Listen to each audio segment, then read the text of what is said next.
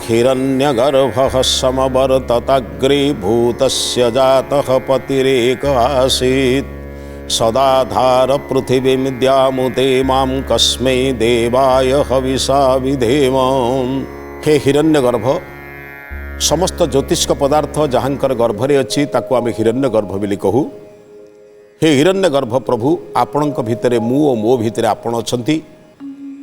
एई विचार को जेते दिन पर्यंत मो हृदय मु धारण करी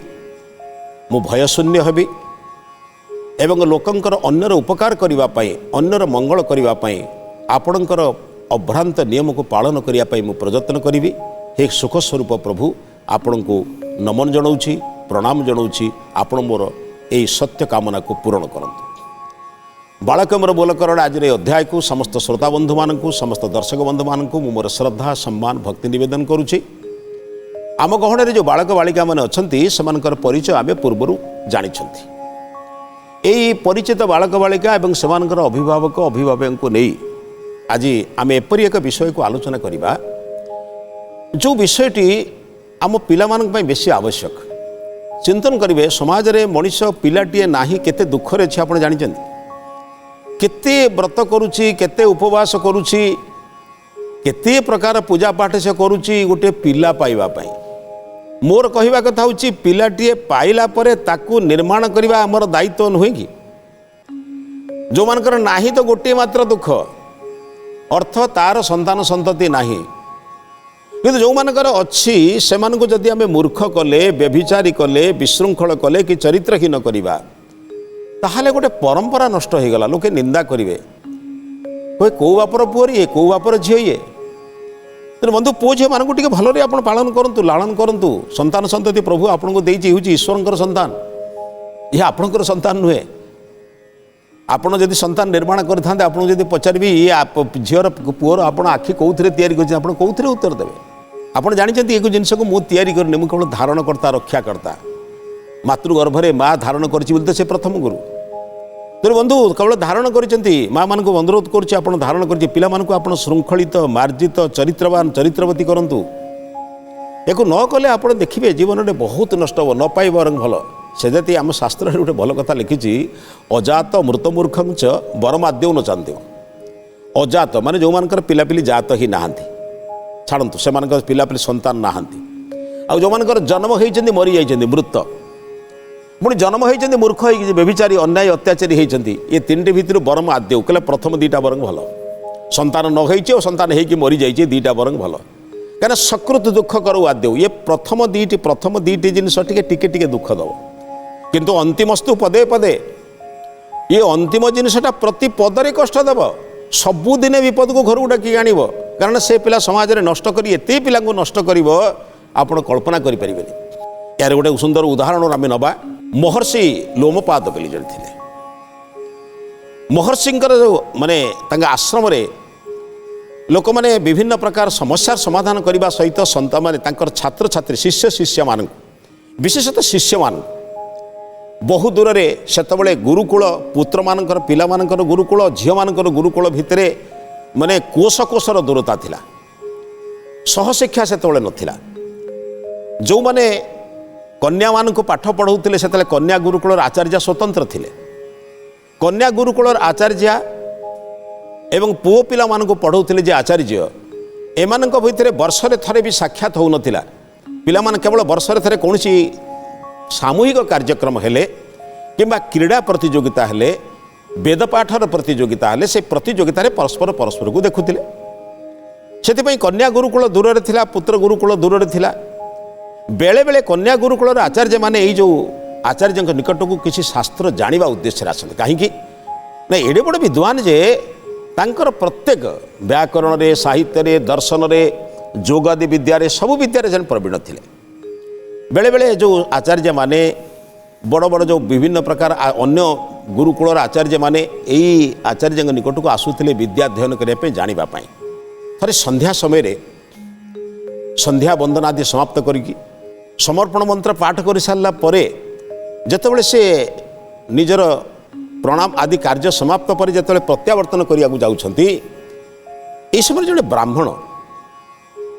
कहवार अर्थ हूँ वेश पोशाक धोती पिंधि चदर खंडे कांधर पकई कांधरे यज्ञोपवीत अच्छी आसी माने ऋषिंकर गोड़ तले पड़गले एक प्रणाम आभूम प्रणाम कले ऋषि आश्चर्य हेले कहले मु संध्या बंदन करी बाहरुची बर्तमान निजर कक्ष को जीवाई अर्थ संध्या बंदन बाहर टिके कले मन लगे आप जानते संध्या बंदन पर स्वतंत्र एक स्थान रखु आम सब भोजन पर स्थान रखीचु शयन पर स्थान रखीचु बंधु सहित बसवाई स्थान रखीचु डाइनिंग रूम रखीचु डाइनिंग हॉल रखीचु रोसई घर रखीचु ड्राइंग रूम रखीचु किंतु उपासना घर रखिछन जदि भल कथा जदि न रखिछन चिंता करंतु जो घरे बसी ईश्वर को धन्यवाद देवे उपासना घरे उपासना कले मन जमिति लागिवो जोंटी पारे सेठी कले हबने सेति ऋषि मुनि मान को कुहाई जे तमे जाओ कोठी करिवो ना नदीर कूलरे गिरिकंदरारे अरण्यानी परिवेश रे जोठी मन लागी जीवो वेद गोटे मंत्र कहला कौठी संध्या कले मन लगे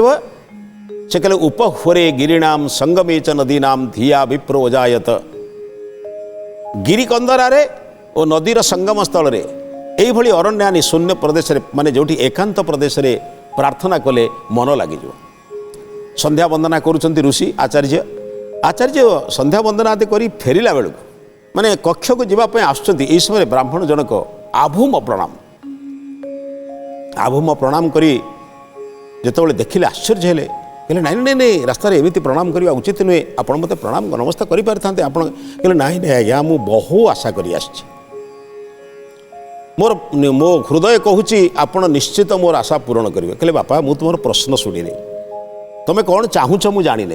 तुम चाहवाटा कौन जानिले ताहा मो द्वारा समर्थ कि असमर्थ मु तारा तुमको पूरण करने कथा कहबी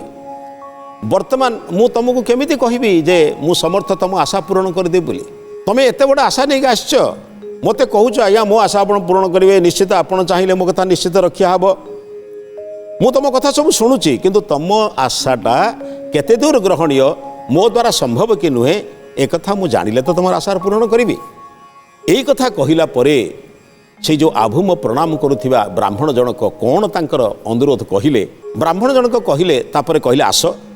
आचार्य कहले रास्तार ठिया होगी कथबार्ता भल लगे एटा सौजन्यर कथा नुहे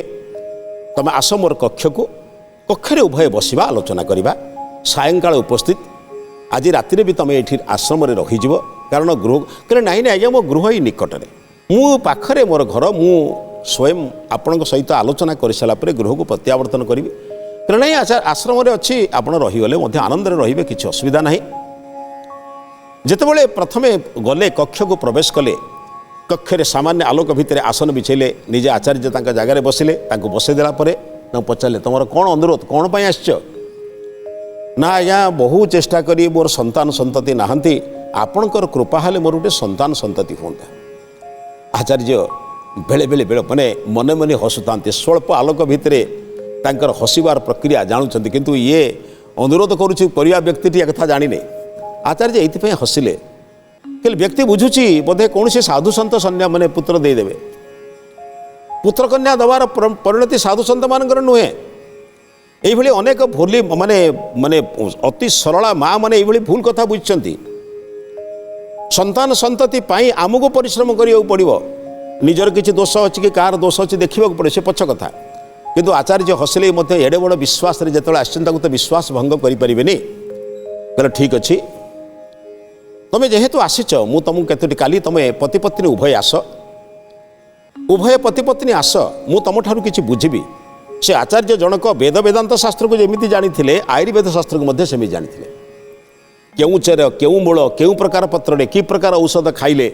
विभिन्न प्रकार रोगर उपशम हम विभिन्न प्रकार दोषर निराकरण हम से जानी जदि नारीर बंध्या दोष थाए दूर कर पुरुषर पुरुषत्व दोष थे एमती अनेक विद्यार मध्य से अधिगत विद्या को जानी विद्या को अधिकार करते बोले आसंता काली तुम पति पत्नी दुई जन आस पति पत्नी पत्नी मना कले जीवन पति टी उद्धत पर एगो जानी हम स्वयं पुणी से पति आइले कहले आपण मैंने जहाँ आदेश देवे आम पालन करी मो सहधर्मिणी आसिले ना संगे संगे सब बरात करदे जिते जहाँ कहीदे यही पत्र यही मूल यही चेर को एमती बाटव एमती कर जहाँ जहाँ प्रक्रिया कहीदे कि देहर गोटे सर्त देले आज ठारू गोटे वर्ष पर्यंत औषध खाइबा भितर तुम प्रातः काल उठब स्नान शौच पर घंटाए पर्यंत ध्यान करिब, ईश्वरंकर नाम स्मरण करिब, मंत्र पाठ करिब कि सात्विक भोजन करिब, भूमि रे शयन करिब, सूर्य को लक्ष्य करी तमे साधना करिब, जल रे पशि विभिन्न प्रकार प्रक्रिया बतैले। कले औषध सेवन सहित ये नियम को नियमित पालन कले मोर विश्वास तमे मोर जो आश्रय को आसछ आगामी वर्ष तार परवर्ती समय रे निश्चित तमे यथा समय रे संतान संतति संतान किबा संततिर जनक जननी निश्चित हो। एडे बड़ साधु संत निकट को जिते विश्वास करी आछंती से समस्त बरात करदेले, निजे ब्राह्मण एसो मानिबा पे प्रस्तुत है कि से जानी तार सहधर्मिणी एक ग्रहण करिया को प्रस्तुत कि नुहे। कारण उद्धत सहधर्मिणी माने अनेक समय रे जो माने संतान को गर्भरे धारण करेंगे से माने जदि संस्कारवती न हेबे संतान को गर्भ मान संतान संस्कार को दब किए आपण जानिछंती। आखि बोझीदेले बोली धृतराष्ट्र अंध है, पाउसिया पड़िले बोली पंडु जन्म है। अंबिका अंबालिका क्षेत्र में कहूँ आप जानिछंती। तेणु बंधु कम कथा नुहे, माँ जहाँ चिंतन करे संतान उपरे प्रभाव पके, माँ जहाँ इच्छा करे संतान उपरे ताहार कामना वासना प्रभाव पड़े। तेणु सब अनेक बरात अनेक कथा भितर से कथा कले माँ को कहे एमती भूमि रे शयन करेंगे, सत्य कहे, क्रोध करेंगे नहीं, कहारी प्रति हिंसा करेंगे नहीं, कहार मन में दुख देला भली काम करेंगे नहीं, यही वर्षटा भितर समस्त को मधुर कथा कहे तांको अनेक उपदेश देले। ब्राह्मण जाई गृह रे पहुँची निजर पत्नी को कहले आचार्य औषधि भी देइछंती, औषध सहित किसी नियम मानिया कहते। ये नियम को न मानिले आमे जने सदाचारी श्रृंखलित मार्जित भद्र संतानटे पाइपर ना। तेणु संतान केवल जन्म हवा आवश्यकता नुहे, संतान भद्र हवा दरकार, मार्जित हवा दरकार, श्रृंखलित हवा दरकार। तांका पत्नी एक कथा को उपहास रे उड़ेदेले, कहले हाँ औषध देइछंती खाइबा अन्न करे, किए सकाळ उठुची प्रार्थना करिवो अन्यान्य करिवो कोन दरकार। बड़ विचित्र कथा यहाँ लोकों को शोइबा को समय अछि, खेलिबा को समय अछि, गप करिबा को समय अछि, ईश्वरंकर भजन करिबा को समय नाही। ईश्वर यदि पवन टिके बंद कर दियंते, खाद्य बंद करते, जानते ईश्वरंकर दानटा कौन बोली। तेणु बंधु ताको उपहास कले कौन अच्छी प्रातः काल उठ, अनेक लोक कहते समय ना, सबुपाई समय अच्छे, ईश्वर भजन पर समय ना। जो मानकर ईश्वर भजन पर समय ना, ईश्वर से सेमती समय दियंती, जो समय को अपचय कर बुद्धि दियंती, समय उपयोग कर बुद्धि दियंती नहीं। तेणु बारंबार बारंबार जो स्वामी अनुरोध कले कहले देख तुमरी कथार मुझे गली आचार्य निकट को, आचार्य निकट अनुरोध कली, पाद पड़िली, गोड़ तले पड़िली, अनुरोध कली। से कहले मु एभली भाव में किसी निराकरण करे नाही, मु केवल व्यक्ति लोक मान को ज्ञान प्रदान करे। वेद बुझीपार ना, उपनिषद बुझीपार ना, दर्शन शास्त्र बुझीपार ना, जीवन रहस्य बुझीपार ना, यही कथा परामर्श दिए। मु संतान संतति रोग वैराग्यर कथा मु करेनी, जदिओ मु आयुर्वेद जानी किसी आयुर्वेद विद मैंने मोठार परामर्श नियंती, किंतु एका मु करेनी। किंतु तमें सायंकाल संध्या कर सारापर प्रार्थना कर सारापर तुम पाखक आसीच, तुमको निराश कले, तुमको ना कहले मत मो विवेक जमी बाधा दूची, मुझे ईश्वर विरोध काम कला भाया मत लगुच। तेणु आपण कथा को रक्षा करी, मो कथा को मानी अनुरोध मो कथा को रक्षा करी से उपदेश देते, जो कथा कही तुम टे मानिले भल हुआ। तांका स्त्री कहले हाँ से कौन अच्छी औषध देइछन, दियो कौन खाइबा कौन करवा। जो औषध देते प्रातः काल मध्याह्न कि सायंकाल केमिति गरम पानी रे जो जो नियम बतई प्रस्तुत करी औषध खाइले। वर्ष जाक औषध नियम खाइले, जो जो बरात करते, जो पत्र, जो चेर, जो मूला जमी खाइबा कथा आयुर्वेद शास्त्र नियम अनुसार ताको भोजन कले, किंतु सदाचार कले नहीं। प्रातः उठिबा, ईश्वर प्रार्थना करिबा, लोकंक सहित भल व्यवहार करिबा, जेमिति लोकंक सहित व्यवहार खराब करथिले सेहि भली खराब व्यवहार कले। लोकंक पाखरे जेमिति उद्धत व्यवहार करथिले सेमिति उद्धत व्यवहार कले। शांति रे कथा कहवा व्यतीत लोकंक अशांति कले। लोकंक भितरे नम्र कथबार्ता हो क्या अहंकारी हेले। ये सब गुड़िक हवा द्वारा यथा समय रे आगामी वर्ष जेतबेले वर्ष आरंभ है, औषधर वर्ष पूर्ति हो गला, वर्ष पूर्ण हो गला। आचार्यंकर पत्नी गर्भवती हेले, समस्ते खुशी, आचार्य खुशी हेले, साई पड़िशा माने भी आशा कले जहाँ बहुत दिन पर संतान संततिर जनक जननी हेबे। जो माने निंदा करथिले से माने संगे संगे प्रशंसा करिबा आरंभ कले। नाई ना आम बंध्या बोली कहूलु, ता नुहे, निश्चित ये पुत्रमती हे कि अन्यामती कन्या धारण कर निश्चित संतान संततिर जनक जननी हे। आम समाज गोटे बड़ कथा हुए, लोके निंदा करते, जो तुम सफलता पाइबे से कहते आम जानी बा तो पाखे से गुणटा अच्छी बोली। लोक एत शीघ्र बदली जाए कल्पना करें ना। यथा समय रे समय तो आसब ना, समय तो परिवर्तन हम। समय अनुसार जिते परिवर्तन है समय अनुसार गर्भर समाप्ति पर तांकर एक पुत्र संतान जात है। ये पुत्र संतान को जात कला परे लालन पालन प्रक्रिया पर पुत्रटी केपरी है माँ प्रवृत्ति माँ जो प्रवृत्ति कहले संतान संतति पर कौन प्रभाव पकेला एक आपण मैंने जानिले मोर विश्वास आपण संतान संतति को आपण संपत्ति अपेक्षा संस्कार अधिक देवे। आपण मैंने जानते पुराण से शब्द को ना दिखाई धुंधकारी बोली पिला देखा सुंदर जन्म है धीरे धीरे धीरे धीरे वृद्धि है जमी चंद्रमा वृद्धि है बड़े शुक्ल पक्षरे पूर्णिमा पक्षरे जमी प्रतिपद ठारू वृद्धि हुए शास्त्र तो अनेक कथा वर्णना कराई सुंदर चेहरा मिलला देखा सुंदर आकर्षणीय वस्त्र पोशाक पिंधिला समस्त अनुकरणीय है किंतु पिलाटी बेलू धीरे धीरे बयस जिते बढ़ू थाए दुष्टामी सेते बढ़ू थाए सांगसाथी मानू विभिन्न प्रकार प्रहार करवा अन्यर धन संपत्ति लुट करवा अन्य को आघात देवा बयस बढ़ला बेले युवक जितेबाला है से ग्रामर विभिन्न प्रकार अपकर्म करवा चोरी डकायती बदमाशी कामाचार विभिन्न दृष्टिकोण करवा आचार्य पाखे कहले जाकि पुणी आचार्य वृद्ध है शଯ୍ୟାଶାୟୀ है पिलार बयस 15 वर्ष जो 15-20 वर्ष है से आचार्य शଯ୍ୟାଶାୟୀ हवा स्वाभाविक शଯ୍ୟାଶାୟୀ आचार्य को जाकि आचार्य ये ब्राह्मण पचारे कहले आज्ञा आपण औषध सेवन करने द्वारा संतान पाइलु सीना किंतु संतान उद्धत अत्याचारी व्यभिचारी अन्यायी हो गला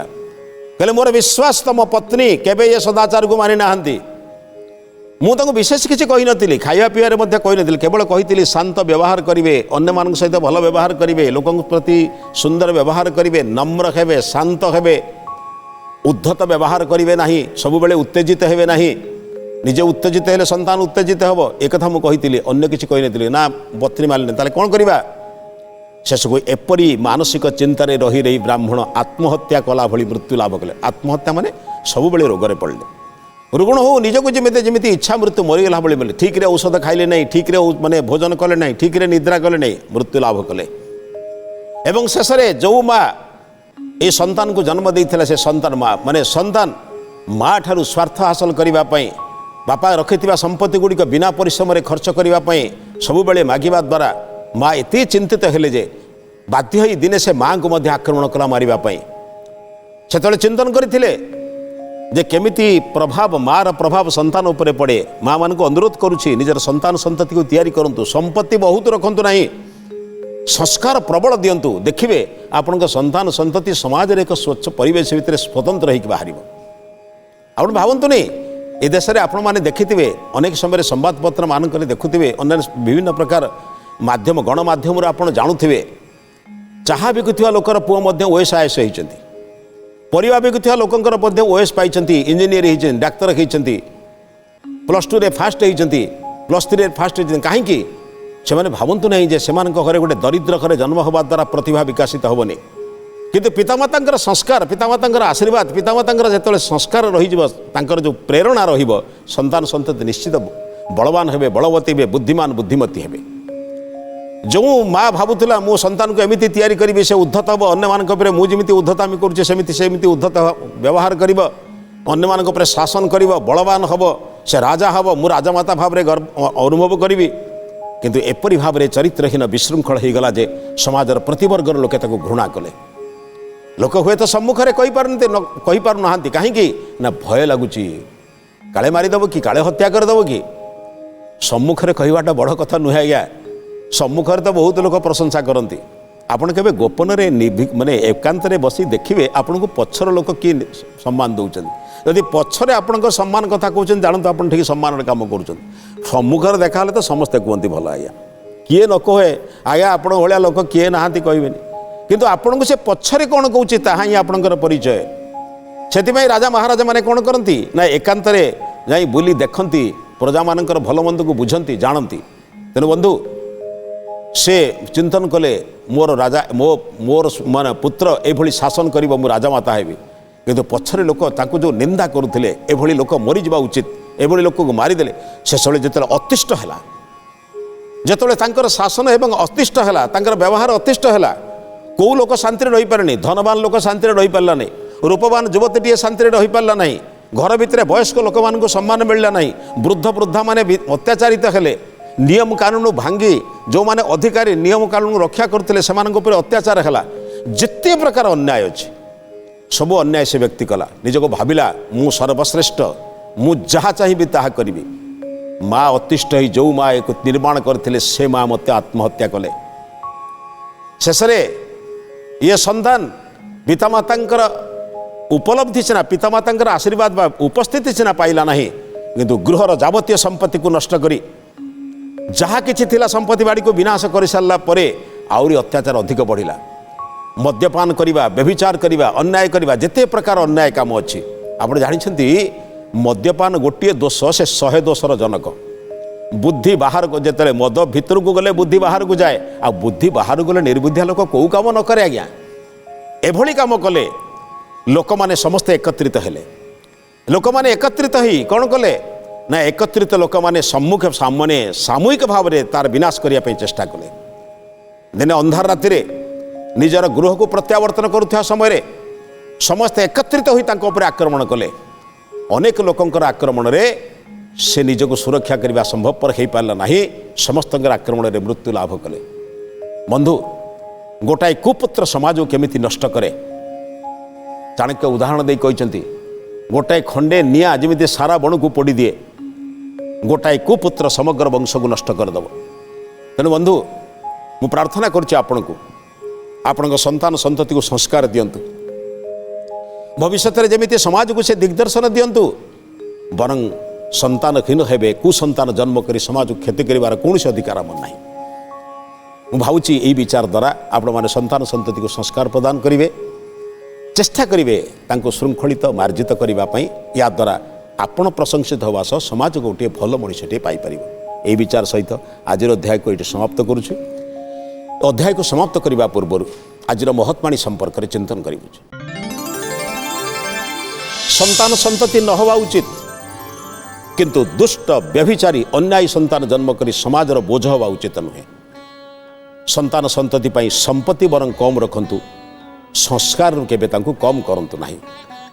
संस्कारित संतान माने ही समाजर नूतन दिग्दर्शन दियंती ए विचार सहित आज अध्याय को समाप्त करुछि समस्त नमस्ते।